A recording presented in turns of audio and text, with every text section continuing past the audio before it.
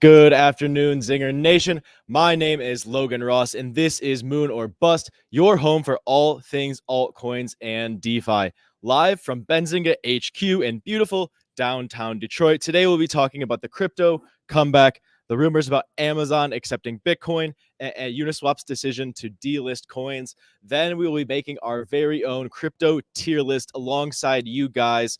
We'll be doing it all together. So get excited, smash the like, get your popcorn because it's about to go down. I am joined today by Ryan McNamara. How are you doing, buddy? I'm doing good. Bitcoin's up, so I'm happy. How about you, Logan?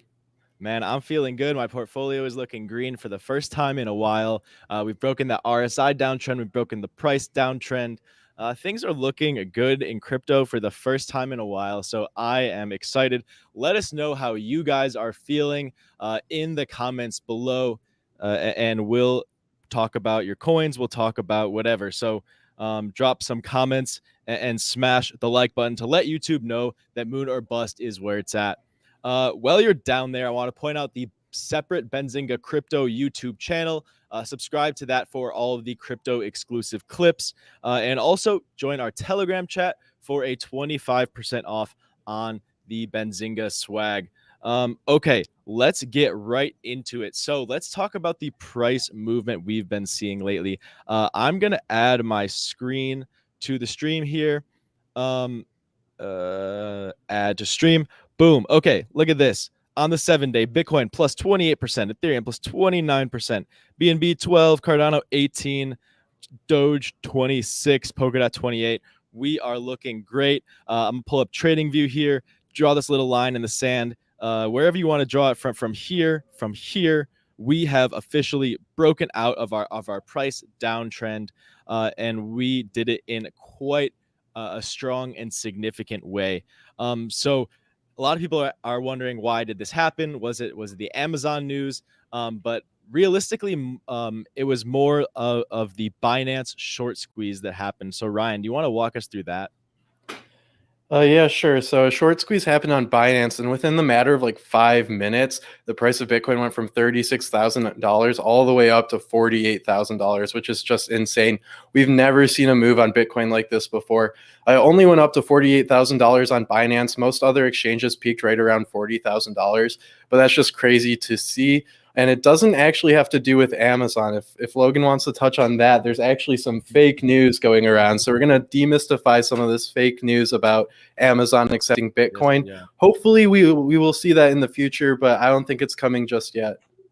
And Ryan, well, I'm demystifying this news. Do you want to turn your light on? I don't think it's on. You're super dark. The light is on. I don't know what's up. Is it really? Yeah, Huh. It could probably get brighter. Yeah, I'll try. That's I'll try while you strange. demystify the It news. looks like you're sitting in a dark room by yourself. All right, okay, BRB. So let's get into this Amazon news. So I don't know if you guys saw, but there's a lot of stuff going around this morning saying that an insider executive at Amazon has reported that they will be accepting Bitcoin payments by the end of this year. It's on Wall Street Journal. It's everywhere. But I want to show you guys where it came from. So last night, I was browsing on crypto Twitter, as I do, and good old Kobe, Crypto Cobain, 406 followers, one of the biggest guys on crypto Twitter. He goes, LMAO just convinced a stupid crypto journalist that I was an Amazon executive insider and made loads of shit up. So I sent this to Ryan. I'm like, man, check this out. This is going to be funny. And then, we see Documenting Bitcoin tweet about it. We see Blunts drop the link to this article here at City AM. So this must be the person who interviewed Kobe. And I saw it's just City AM. I haven't really heard of that. It's probably not going to do much. Then I wake up this morning, and on the front page of Wall Street Journal, boom, speculation, Amazon may be venturing into digital currencies. So how it started and how it's going. So yeah, this is kind of fake news. It's definitely not from a real Amazon insider, unless Kobe just happened to tweet this out at the same time. But yeah, I'm pretty sure this was him that started this, and it's him behind it. I don't think that people are going to correct this news. I don't think we're going to see like a retracement. I think people will probably just forget about it by the time that happens, because it's still speculation. Like it's still just potentially venturing into digital currencies. And yeah, there was obviously no one named, so it's most likely just Kobe making shit up, having fun. Ryan, what do you think about this? It's honestly perfect timing because Bitcoin just went up. It shot up almost more than we've ever seen before. And now we see this news about Amazon. So, I mean, it's likely to believe it when you see the price following the news. And it seems like a lot of people want to find some news when Bitcoin goes up. I find that's usually not the case, though. Usually Bitcoin goes up and then people try and explain it with news. It's not usually the other way around. So you're saying that it's other supply and demand movements, market movements that cause it more than news? Yeah, I'd say so. Yeah, I think that there's times where we see both sides of it. Honestly, I think during these like speculation or accumulation phases, sort of semi-bear markets, then it's much more driven by supply and demand. But like obviously earlier this year, we saw like the Elon tweets causing huge price movements. And that's definitely when it's more in the bullish wave. In the bullish season, any sort of new speculation can send the price soaring, and fundamentals don't really matter at those times. But right now, it's really just going to be supply and demand that's moving it, like Ryan said. Then news will probably just be trying to figure out what the heck is going on. Okay, so Brian Blockchain says in the comments, Amazon bought some crypto domain names like 4 years ago and has done nothing with them since. I also saw that they posted some cryptocurrency job listings recently. So Amazon is definitely venturing into the crypto space, although there's no confirmation that they'll be adding Bitcoin payments this year. I mean, it's not out of the picture, like by no means. They could definitely do it. But this news is maybe a little bit fake. Okie dokie. Next up on the docket, we have the Uniswap situation. So Ryan, do you want to maybe intro us to what's going on, and then we can talk about it with the chat? Yeah, sure. So for you DeFi native users out there, you've probably used Uniswap before. It's a leading decentralized exchange on Ethereum's network. And what's so beautiful about it is it's supposed to be permissionless, immutable, nobody controls it. But now we've seen that Uniswap is sort of censoring their website, their front end interface. They're not censoring the protocol. They're not able to do that because it is on Ethereum. So the governance tokens with Uniswap let you vote to upgrade that protocol. But Uniswap Labs actually owns the front end interface, the website, the domain name. So they can restrict things through that domain name, but they can't change the protocol. So the protocol remains the same, but that domain name now it can have some censorship there, which they've done. So they took off some tokens, they took off some scam tokens, but more importantly, I think they took off mirror tokens and synthetics tokens. And both of those serve a very similar purpose. They're basically tokenizing assets to trade on Uniswap that aren't typical blockchain assets. So you can trade gold and silver. You can trade mirrored Tesla, which is a tokenized version of Tesla shares, as well as many other shares of different companies. So if I had to guess, this has to do with regulation. I think traditional finance is scared of Uniswap to some degree. And so I think they're following this regulation. They want to stay afloat. And at the end of the day, it is the front end interface they're changing. It's not the protocol. I think this does kind of serve as a weak point to decentralization right now because the front ends aren't decentralized. There's always going to be someone who can censor front ends of websites until we see the decentralization of interfaces, which we haven't really seen mass adoption of just yet. Logan, what's your take on this? Do you think that Uniswap should have done this, or do you think they should have just tried to stay out of it and avoid regulation? Okay, so when you first told me about this the other day, we were driving home from work. I was like, what the heck, man? Like, how is this even possible? How could Uniswap delist tokens? It's a decentralized exchange. They need to have like this whole governance vote to actually to change the protocol.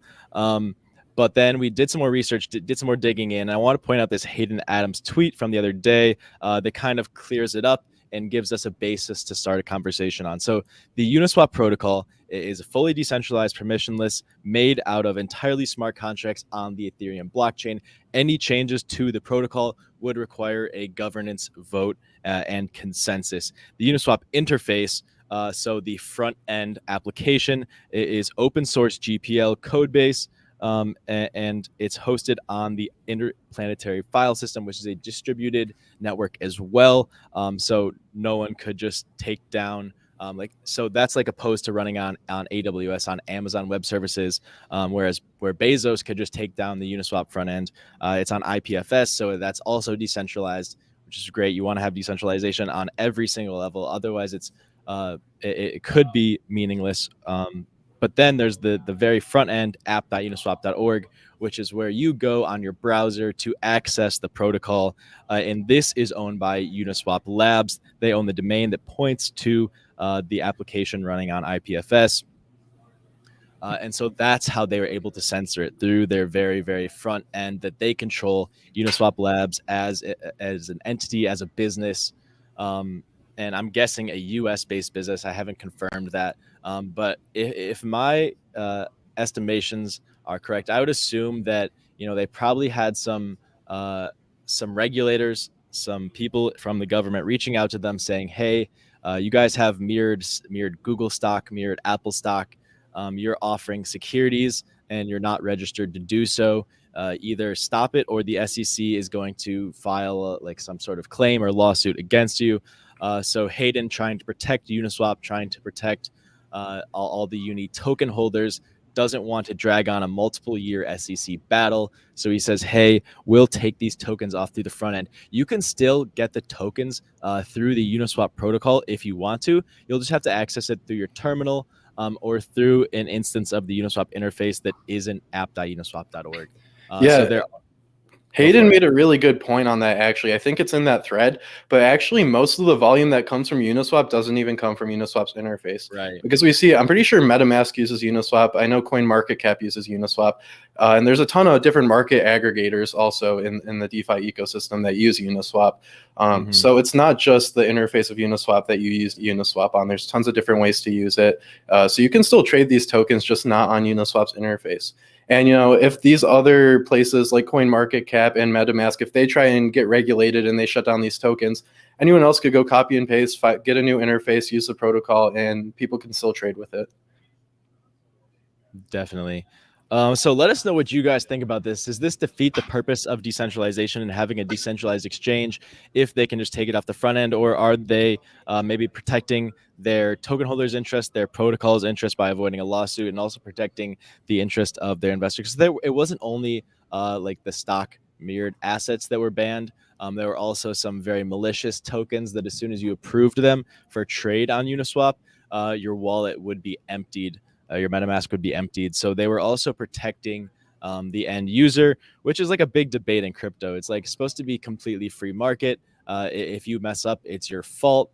But hey, like if they want to protect their front end, they have the ability to do so, and the market will decide whether they like it or not. So we'll probably see some people lean towards SushiSwap. I think SushiSwap didn't decide to do this, but they may end up in trouble for not doing it. It's really an interesting debate that's at the core of DeFi. Does decentralization matter to the retail customer? Let us know your thoughts in the comments below. I'm super interested on this one, and we'll have to keep up with it in the future and see where we go from here. But Hayden's been getting a lot of flack on Twitter. So has Uniswap, and we'll see what happens. We'll see what comes out of this. Okay, Ryan, do you have any other comments or thoughts on Uniswap? Okay, so let me turn to some chat questions, actually. So DJ Flex wants to know, doesn't that make Uniswap centralized? So just like I showed you with that tweet, Uniswap, the protocol, is fully decentralized, but app.uniswap.org is a centralized domain that Uniswap Labs owns, and Uniswap Labs is a centralized entity. So yeah, that's the difference there. Also, CR wants to know, what is AMP and why has it been trending today? We will do this during our Moon or Bust segment. This is where we go over your guys' tokens, your cryptocurrencies, and we give them a Moon or Bust rating. This will be the last 15 minutes of the show today, CR. So stay tuned, and we will do AMP first up. Let's see, any other comments you're seeing here, Ryan? Nothing too notable. All right. Should we get on with the tier list then? Let's do it. Alrighty, cool. Let me take this away. Okay, so now we are going to do a cryptocurrency tier list. We want to include you guys in this, so drop your comments down below, and I'm going to get started here. Toss my screen back up. Okay, what should we start with? Let's just start with ETH. I think that's the easiest one. HODL tier for sure. I think there's no debate there. Dude, I thought it's a general. Nah, it's a general purpose blockchain. You use it for everything. What? Yeah. Huh. Okay, man. Shows you what I know. Okay, Dash. Dash is a privacy coin. Honestly, I see some regulation hitting privacy coins pretty hard in the near future. Just because of their ability to, do money laundering and execute ransomware attacks. What do you think, Ryan? Yeah, I think Dash has some notable competitors like Monero that are a little bit bigger than it. Dash is kind of interesting because it's been around for so long. It's been around since, I think, at least 2016, probably earlier. And we still haven't seen it hit its all-time high. Its all-time high happened in 2017 or really early 2018. It went over $1,000, super expensive. But at the end of the day, it's a privacy coin that can be used to send payments pretty fast. So it kind of competes with like Stellar Lumens, but also competes with Monero. It's interesting, but I don't think there's been much development with it lately. So I don't know. I'd put it in little bag. I don't think it's a shit coin, but I don't think it's anything too great these days. Yeah, I was thinking the same thing. We'll have to see what they can do. I think Monero's probably beating them, and I also think that there's a huge regulatory risk from holding these cryptocurrencies. So like the government could, for example, come in and tell Coinbase, hey, you cannot let people sell their Dash for USD anymore. And at that point, you'd be out of luck. Okay, let's see. Next up, how about we do Chainlink? Sounds good. All right, Chainlink is a decentralized Oracle network. For those out there who don't know, an Oracle is a service or a product that provides some reliable information, be it the price of one Bitcoin to US dollars, or be it the amount of rainfall that happens in a certain area for insurance purposes. Chainlink will allow smart contracts to accurately handle real-world data. So automating insurance payouts. Say a security camera sees your house is on fire. It lets the smart contract, Chainlink will let the smart contract know that it needs to process your payout. The smart contract can automatically execute that, and you can have BTC in your wallet before you get home from the grocery store, or before you get homeless from the grocery store. Hey. Chainlink is a certified blue chip. It's offered on Coinbase, Gemini, the whole shebang.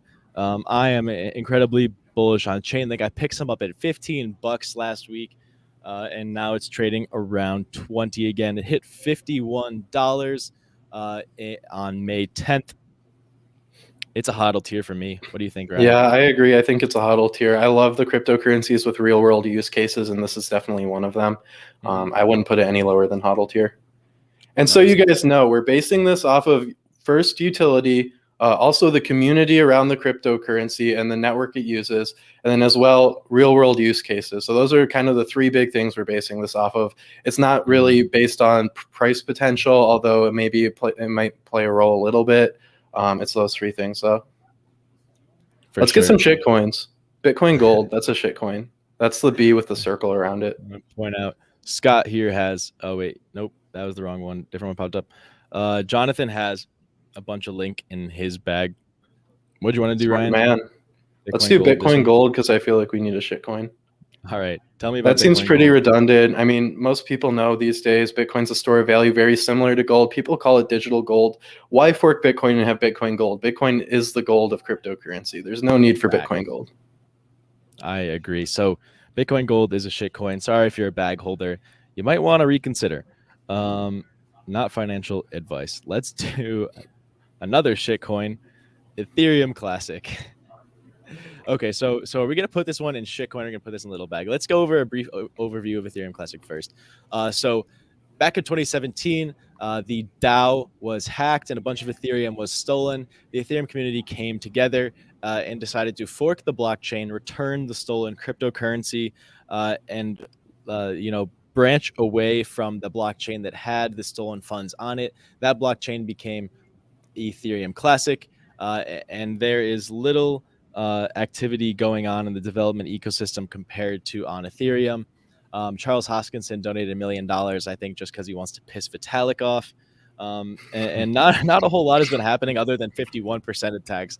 The Ethereum Classic network has been 51% attacked successfully 4 times this year. So if you are looking for a place where code is law and security is low, Ethereum Classic is the place for you. Now it is on Robinhood, so it does have a lot of new crypto investors able to access it. There's only 7 coins on Robinhood, and Ethereum Classic is unfortunately one of them. So it has been seeing some volatility this market cycle. You could probably make money on it, but like long term, I don't see a use case when you could just be investing in Ethereum. Yeah, I don't think any of this volatility is based on fundamentals. I think this is based on price bias. I mean, people on Robinhood, not to stereotype, but there's probably a lot of people who invest in cryptocurrency on Robinhood that don't know too much about cryptocurrency, mostly because you don't have a cryptocurrency wallet on it. So you can't experience DeFi and you can't do much with your cryptocurrency. So they may see Ethereum, see that it's $3,000-$4,000, and then they see Ethereum Classic. Oh, hey, it's only $60. That's a great deal. Maybe it'll go up to the same price as Ethereum. And then it pumps to $130, $150. So yeah, I mean, maybe there's money to be made, but based on the fundamentals, based on the use case, and even based on the community around it, I'm calling this one a shitcoin. Boom. I couldn't agree with you more. Okay, next up, let's do... Go ahead. I was going to say Maker. What are you thinking? Yeah, we can do Maker. Okay. You want to tell us a little bit about Maker?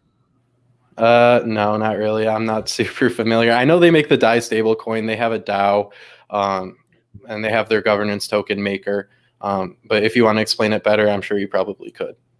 Yeah, I mean, not really. You covered all the basics there. They create DAI. They have a DAO, and they're doing. I think they're kind of in the Aave space. They're doing some lending stuff. Yeah, they do lending. Yeah.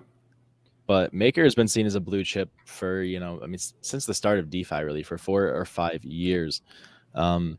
I'm going to put this one in top tier just because I'm not an expert on it enough to say it's a certified HODL tier. But yeah, I'm a big fan of Maker. I definitely have some in my portfolio. How about Decentraland? Okie dokie. Want to tell us about it? Yeah, sure. So Decentraland's like a virtual reality game. It's based on Ethereum's blockchain. You can buy plots of land in it, sell it like real estate. It's pretty cool. You can also monetize the land. So people have made casinos, people have made museums with their NFTs. You can literally do whatever you want with your plot of land in Decentraland, develop it, maybe sell it for a profit, charge people to use it. It's a pretty cool game. I actually went on it last week just to mess around because I haven't played Decentraland for years.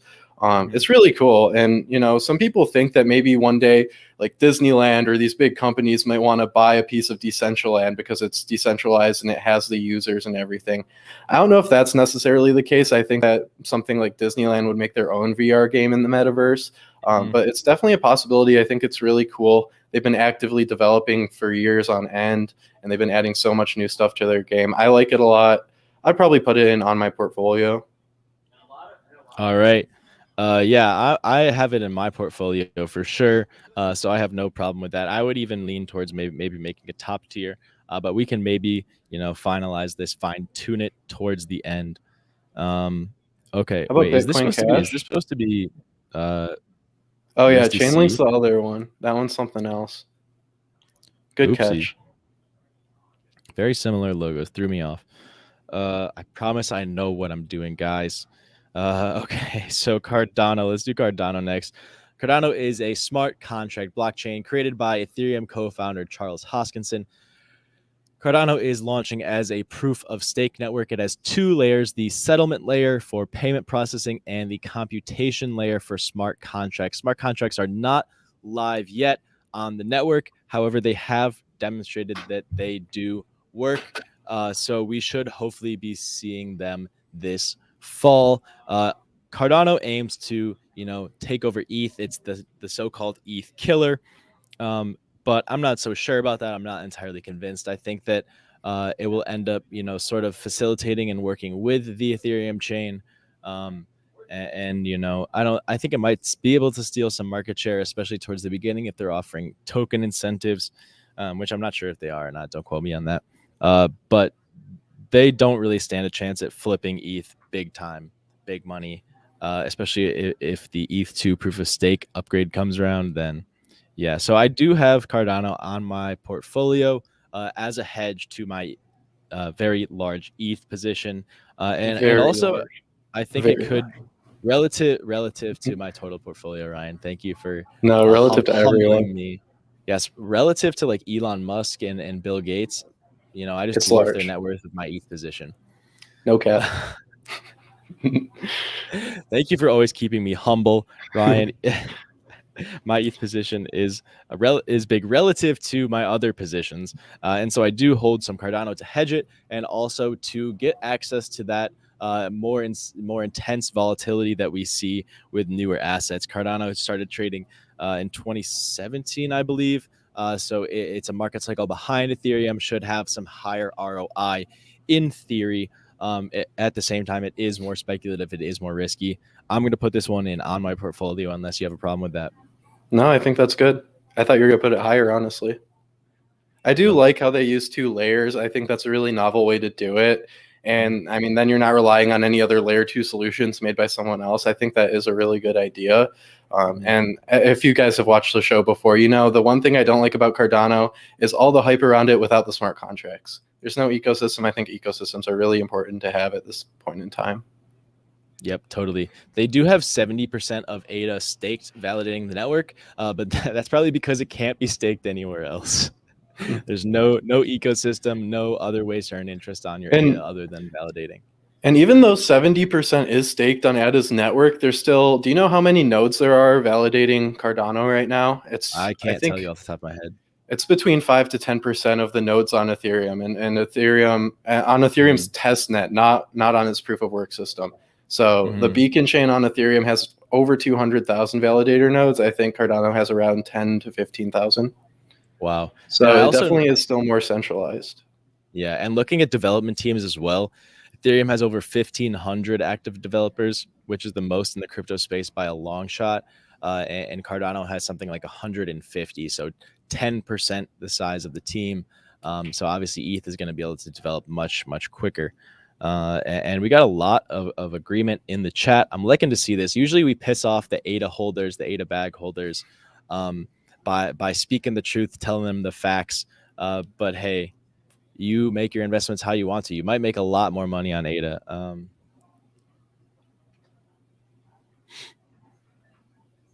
AO Finance says because they write good papers. I mean, that's kind of true.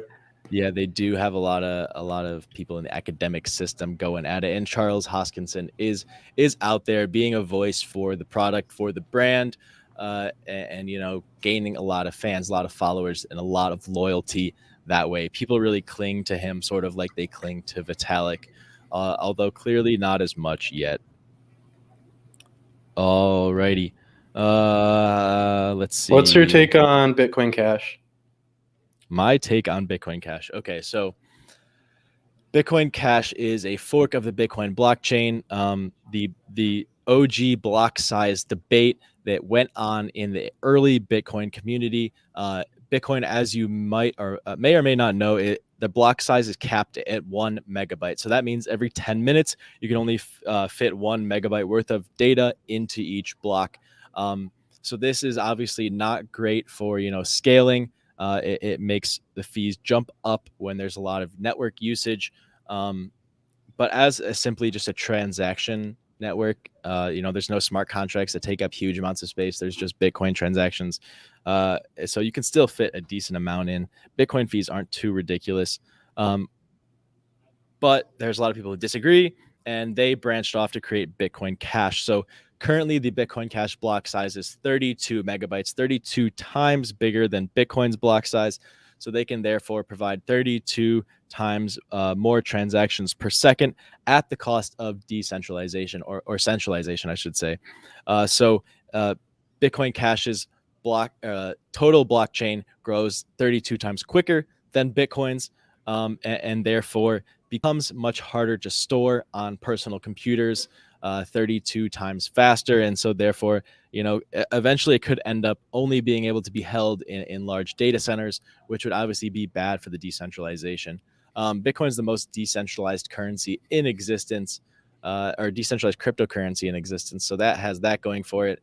I don't know. Bitcoin Cash maybe is like, some people will use it, but so at its core, it's a payment processing coin, right? And I think there's a lot better payment processing coins. So who do you think would win, Bitcoin Cash or Litecoin as a payment processor? I don't know. I'd say Stellar. Like Stellar. Yeah, I mean, I think Stellar's tech is probably better, and I don't think you really need all of these different payment processing cryptocurrencies. But yeah, I think Bitcoin has the name. I mean, it is a hard fork from Bitcoin, which I think it does give it some clout. Mm-hmm. And there is a user base. It's generally secure. I don't think it's terrible. I don't know, maybe a little bag. I'm between little bag and Bitcoin. Yeah, I mean, I'm fine putting it in little bag. It's kind of like dinosaur. Yeah. It's the best Bitcoin fork, you know. Might get some hate with that one. Bitcoin SV, shit coin. Is that this one? Yeah. Okay, yeah. I mean, do we really even need to talk about this? No, it's made by Craig Wright. He's not Satoshi. He claims to be Satoshi. He's a scammer. They forked Bitcoin as a cash grab, and Bitcoin SV was created.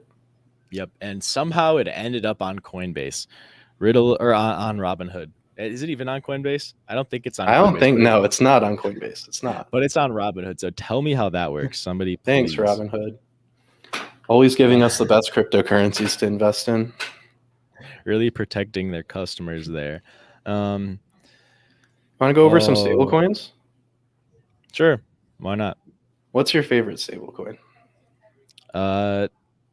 Realistically, I mean, like from a technological perspective, I like DAI the most. Obviously, as a DeFi user, I have to say that. But realistically, I probably use USDC more just because it's convenient. Yeah, I like USDC the best, and plus they're going public. I think it's going to be the most transparent stable coin. So yeah, I use USDC the most too. It's on Coinbase. It's on a lot of exchanges. So, I mean, I wouldn't hodl USDC because inflation. Right. You know. Facts. Well, you know, it's a top tier stable coin. It is a It's not top tier going to stablecoin. $100 Eh, anytime eh, soon. I'm gonna say DAI is as well. We might as well just toss it in there while we're here. Sure. Tether, on the other hand, I'd have a little bag. If you need to use it. But kind Yeah. of sus. There's some news with Tether recently about them, not being transparent and possibly not backing their Tether by US dollars. So maybe more to come on that soon. Yeah, for sure. They did release an audit for the first time in like 4 or 5 years earlier in 2021. So we did see that there is some collateral for all the Tether they've been issuing. But still, lots of FUD out there, lots of scary news in the Tether world. So yeah, that's going to be a little bag in comparison to something that's publicly traded like USDC will be. Want to throw it out to another comment from Brian again. He said, hold USDC on Celsius and earn 8.88% interest. That's crazy. That's way more than my traditional bank account earns. But I don't keep any money in there for that reason. Okay, let's do VET now. VeChain. So VeChain is a supply chain cryptocurrency. It's its own blockchain, and VeChain is the native coin.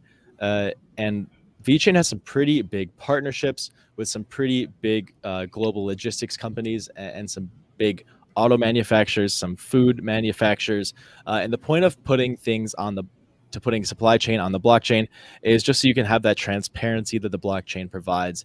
You can see, hey, my banana came from here by scanning the NFT barcode on it, or this part from this car was sourced from here, and now it's recalled, so we can see exactly which cars in the process have to have this part fixed.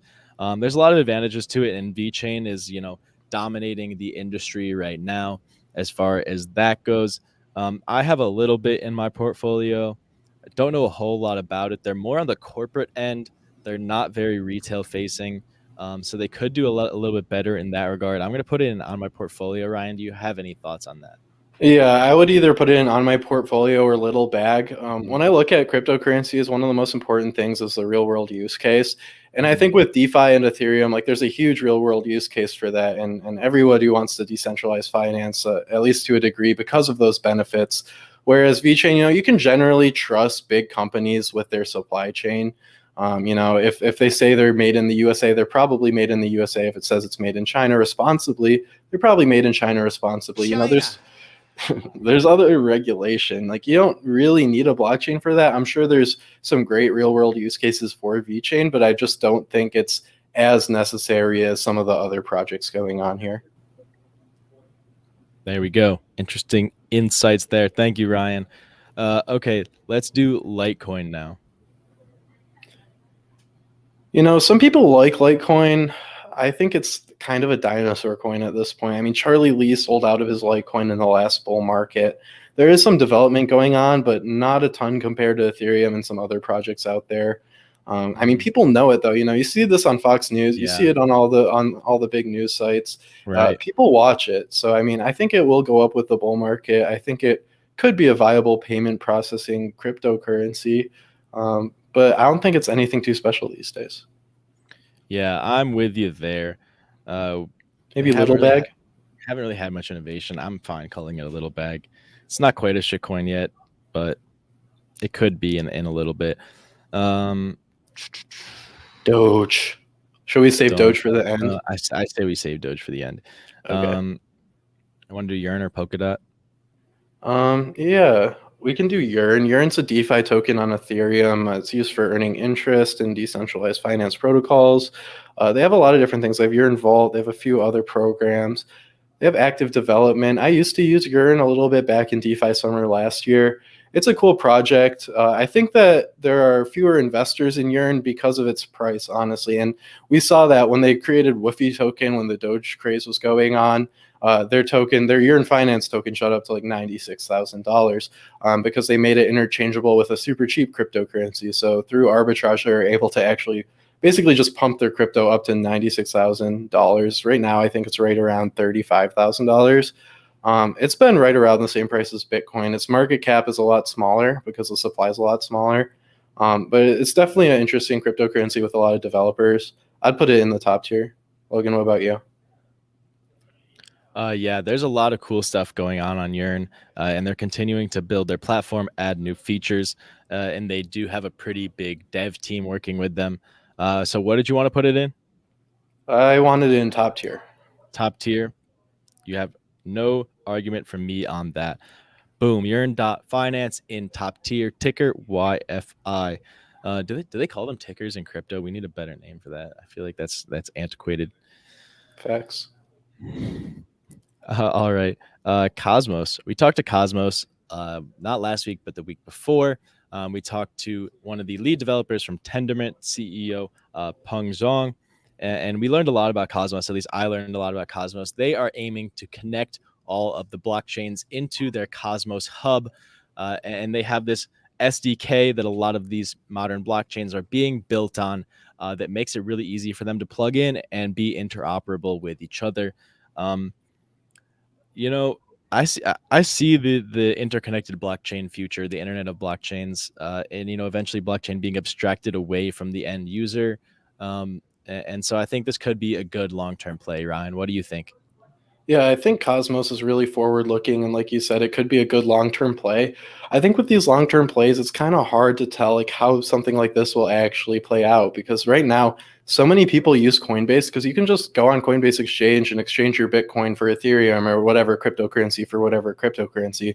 And I mean, that's a super easy way to do it. And if users are going to Coinbase to buy their cryptocurrency to start with fiat currency, then why not just swap it with Coinbase? Obviously, I see the appeal with decentralization, but the question is, do the masses really care? I still think it's a great cryptocurrency. I mean, I put it maybe top tier. What are you thinking? Yeah, I think top tier is fine. Maybe on my portfolio, just because they aren't super large yet, but maybe we'll put it at the top of on my portfolio. Good with that. There we go. And always let us know what you guys think about our placements. If you want us to change anything, let us know why and where you think it should be, and we'll put it up on the screen and we'll talk about it. Okay. We got EOS, we got IOTA. How about Bitcoin? That one's easy. Let's say it's hodl tier right there. Well, no, what's a Bitcoin? Bitcoin's a decentralized currency. It's pretty cool. You should look into it. Huh. That's like that fake internet money, right? Pretty much, yeah. Why I don't get, isn't that what scammers use? Hackers? For money laundering? The dark web? For hackers and scammers. Yeah. Yeah, didn't Jamie Dimon say something about it being a fraud? Whatever happened to that? I think Bitcoin is fake. I don't know why you would want that when you could have a dollar bill that you can hold in your hand and take notes on, okay? Say you forget to make your grocery list, you forget your notepad, boom, you pull out your $100 bill, intrinsic value, you can take a note right on it. Can you do that with Bitcoin? No. Okay, case closed. Okay. All jokes aside, let's move on to let's see. How about Polkadot or Balancer or Compound? I mean, the only thing I really know about Polkadot is that it's a proof of stake blockchain. Do they have their smart contracts out yet? Is that what Sunday Swap is on, or is that a Cardano thing coming out? Do you know? I'm not positive. I don't want to say without being certain. But I do know that Polkadot has a larger development team and a faster growing development team than Cardano, despite it being lower market cap. I think Polkadot might be the slept on ETH killer. But let us know what you guys think, and we can figure out where we want to put this one. I wouldn't put it any. I mean, maybe we'll just arbitrarily put it right by Cardano for now. Sounds good. This was also created by a former Ethereum co-founder that also left the project. If that tells you anything about Ethereum, there you go. Finance wants to see Engine. It's on the right side, Logan. All right, here we have Engine Coin. This is the cryptocurrency of the Engine gaming platform. Ryan, do you want to fill us in on this? Yeah, so Engine is like Logan said, a blockchain-based gaming platform. They have a lot of developers not only developing the blockchain it's on Ethereum, but not developing like the coin itself, but actually developing games on it. It's coming to Steam. It's going to be really cool. They have a lot of popular games, and it's only growing. As we've seen with Axie Infinity, the Sandbox, Decentraland, blockchain-based games are getting really big and a lot of people are playing them. I think once Engine comes onto Steam, which is, Logan, what exactly is Steam? It's like the Xbox Live for PC, right? Exactly, yeah. So for those out there who aren't in the PC master race, Steam is where you go to download your games, add friends. They have that interface that you can use while you're playing your game. You just pop up Steam. You can use the chat. You can, you get your skins through the Steam web store. So there's a lot of economic activity going on Steam and on their web store. So Engine being added and integrated with Steam, I think, is super, super bullish for Engine. And I think that blockchain integration with gaming is somewhat inevitable to the extent where it makes sense. Like, it doesn't need to be super decentralized for a lot of reasons, or for a lot of gaming products. It doesn't need to be super decentralized, but for some it does make sense, I'm sure. So we will see blockchain integration with gaming in the future. I am sure of it. Engine is leading the way with their partnership with Steam. Yeah, and I think with all the hype around NFTs as well, I think blockchain-based gaming is only going to get bigger. Mm-hmm. I'd put Engine and HODL here. Would you now? Yeah. Bold call from Mr. McNamara over here. I won't fight it, but it's not in my personal HODL tier. I don't really know. I don't even know if I have it. I think I have a little bit. But let us know what you guys think about Engine. Drop a comment. And also, it's been a while since I asked for a like. If you're enjoying this tier list, kind of chill vibes today. We've been having some crazy guests on. We haven't had an episode without a guest. So we wanted to just have a more laid back one, interact with you guys, because we haven't had the chance to do that. So if you're enjoying this, if you're liking the value, the education we're providing, do me a quick favor and hit the like button so YouTube will show this to more people, and we can keep providing this type of content for you. Also, if you are just tuning in, we're making a cryptocurrency tier list. We've been over quite a few so far. You can see them up on the board now. If you want us to talk about a cryptocurrency that we haven't mentioned yet, drop it in the chat. Ryan, we have 5 minutes left. Should we do a little bit of Moon or Bust? Yeah, we got to do Doge. Yeah. AMP. I promise we talk about AMP, okay. Right? Is AMP on here? Is it that A? Is it that one? This is Ampleforth. Yeah, that is Ampleforth. You are correct. Is that AMP? I don't see AMP on it. We can use it as AMP. We can call it AMP. Okay. Yeah, it's gonna be embarrassing if AMP is on here, but I don't think it is. So we're gonna call this AMP. I just did the Coinbase learn on this. I should know more about AMP, but I can't remember right now. Ryan, do you have anything you want to tell us? Or I was literally just about to say I really don't have much of an opinion on AMP. I know it's used for payment assurances. It's basically a collateral token. It's a collateral token. But I don't know which platforms AMP is actually used on. I know it's a collateral token, but I'm not sure where it's actually used. Interesting. So networks like Flexa can quickly and irreversibly secure transactions. It's moving some pretty big numbers today, so a lot of people have their eyes on it. Yeah, I honestly don't have too much to say about this. If you guys want to drop some comments, fill us in on this one, we'd appreciate it. Obviously, we can't know everything about every cryptocurrency, otherwise our heads would explode. But boom, let's talk. Okay, so just from what we know that it's listed on Coinbase. It's Ethereum based. It's the 30th biggest cryptocurrency. That makes me at least semi bullish on AMP. Yes, I realize this is Ampleforth. I'll put it. I mean, we could say on the portfolio, just being general, till we learn more about it. Sure. All right. Want to do BNB and then Doge? Yep. Does the chat want to do Moon or Bust? Let's see some ones in the chat if you want to do Moon or Bust. If not, we'll just keep running through this. Yeah, we only have 5 minutes left, so either way. Okay, so Binance Coin. Yeah, I like Binance Coin, honestly. I know it's not decentralized, which is a big problem, but over the short term and over the rest of this bull market, I think it'll do well. The reason I like it is because it actually does have an operating ecosystem around it. So many people use PancakeSwap to trade Binance Smart Chain tokens, more so a few months ago than now, since most of them were shit coins, unfortunately.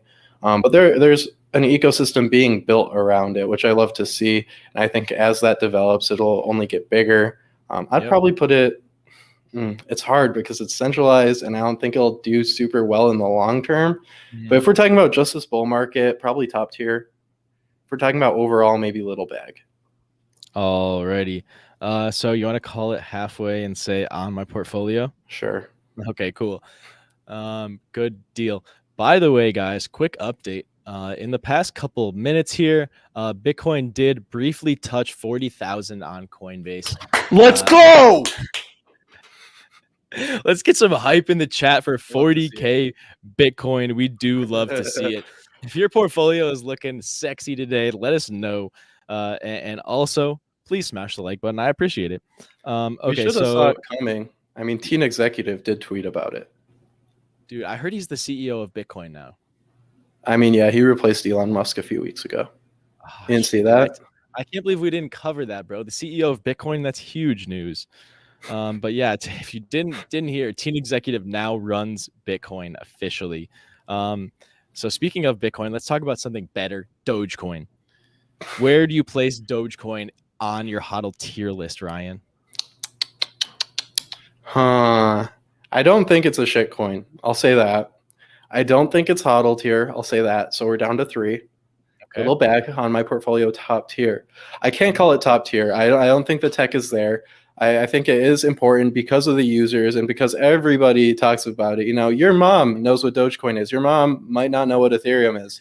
My mom? So, I mean, your mom probably knows what both are. She's smart.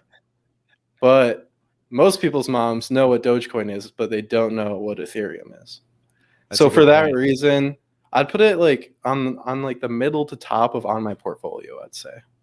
Boom. It's not actually on my portfolio. Full disclosure. Yeah, I don't think I have any Dogecoin on my portfolio right now, but I might pick some up just for the memes, just to be along for the ride. And it could see some massive appreciation should the market cycle continue, which it looks like it's going to do. So maybe just toss a couple bucks in for the meme. All right, let's see. What else do we have? We have Crow, we have Tezos, we have Monero, we have IOTA, EOS. We have Lisk. We could do Lisk. I think it's kind of a dinosaur. Lisk and Neo, I feel like, are pretty similar. They're both smart contract blockchains. Logan, they're on the top. It's the 4th and 6th ones. But Neo, yeah, Neo's seen as like the Chinese Ethereum, which like I kind of bought back in 2017. I thought it was cool. But the more I get involved with Ethereum's ecosystem, the more I realize that it's global and there is kind of no such thing as a Chinese Ethereum. Like, it's an Ethereum copycat made by the Chinese. Mm-hmm. I think that's a better way to put it. I would put it in. I'd put it low tier. I actually Lisk does more. I'd put Lisk above Neo. I put in little bag. Is this Lisk right here? That one's Neo. This one's Neo. Yeah, the other one's Lisk. Which one's going ahead? Lisk is going ahead because they have more development going on, as far as I know. I follow both of them on Twitter just because. So, are you okay with these shitcoin placements, or would you put one of them in little bag? I would put Lisk in little bag. I think it has some potential. This one? Yeah. Yep. All right, man. How about XRP? We didn't do XRP. Oh, we didn't do XRP. How do we skip XRP? I don't even see it. It's on the bottom, the black one. This one? Yep. Okay. Okay, so XRP is a payment settlement network made for banks to connect with. It was created by 2 people. One of which has now left and created Stellar Lumens. The SEC is investigating Ripple for selling unregistered securities.